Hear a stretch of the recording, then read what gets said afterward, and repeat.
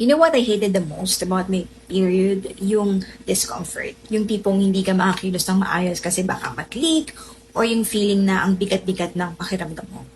For someone na laging nasa harap ng computer, answering emails, editing, ang hassle nung feeling irritable ka, tapos kapag hindi maayos yung pad mo, parang hindi ka makafocus kasi iniisip mo baka tapusin ka na. That's when I realized na, girl, hindi talaga pwede na basta-basta lang. So I tried Biosilk Herbal Sanitary Napkin. And grabe, ibang level yung comfort niya. Yung feeling, yung cooling effect from the menthol and herbs. As in, you can feel it down there. It's so refreshing. And since I switched to Biosilk, I actually started to feel better about myself. Even those days of the month na, medyo may yung feeling natin. Like kahit busy sa work or meetings, I make sure na I'm using something that helps me move, work, and feel comfortable.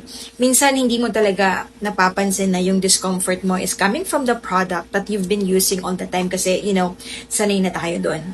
Yung mga products na akala natin, okay na to, pero there's actually something way better. And I'm super happy na nahanap ko na yung product na yon for me. So, kung lagi ka nakaupo like me, because I'm working from home, or you're on the go, or you're someone active, trust me, kailangan mo ng pad na kayang sumabay sa'yo. So, try Biosilk. Hindi mo na kailangan magtiis kapag may period ka. Kasi kapag okay ka, everything else follows.